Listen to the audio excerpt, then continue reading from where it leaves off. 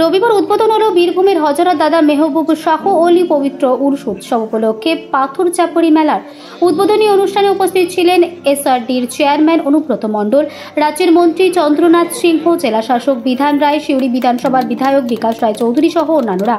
এই উদ্বোধনী অনুষ্ঠানে অনুব্রত মণ্ডলকে দেখা গেল না বীরভূম জেলা পরিষদের সভাধিপতি কাজল শেখকে।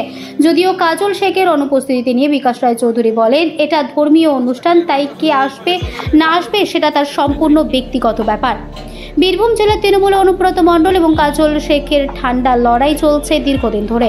গত শনিবার হয়ে গেছে বীরভূম জেলার বোলপুর তৃণমূল কোর কমিটির বৈঠক, কিন্তু সেই বৈঠকেও কাজল শেখকে দেখা যায়নি অনুব্রত মণ্ডল এবং তার ঘনিষ্ঠ সুদীপ্ত ঘোষকেও। সেই নিয়ে কিন্তু জল্পনা একেবারেই তুঙ্গে। বীরভূম থেকে মৃন্ময় লাহিড়ির report, smile India news Bangla. মাকে পরিয়ে দেওয়া হলো এবং তুলে দেওয়া হচ্ছে পুষ্পস্তবক। অবশেষে একটি ফলের ঝুড়ি, সেটিও তুলে দেওয়া হচ্ছে মেলা কমিটির পক্ষ থেকে।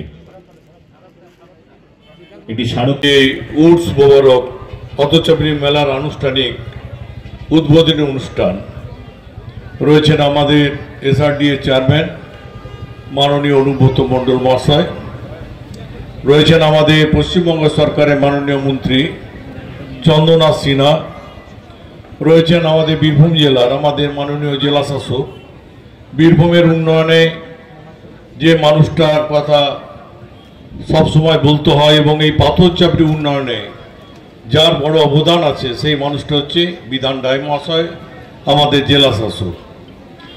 রয়েছেন আমাদের অতিরিক্ত জেলা শাসক বিশ্বজিৎ মোদক, রয়েছেন আমাদের সংখ্যালঘু বিষয়ক দপ্তরের বিভাগের এবং সম্পাদক পাথরচাপড়ি মেলা কমিটির সঞ্জীব ঠিকাদার,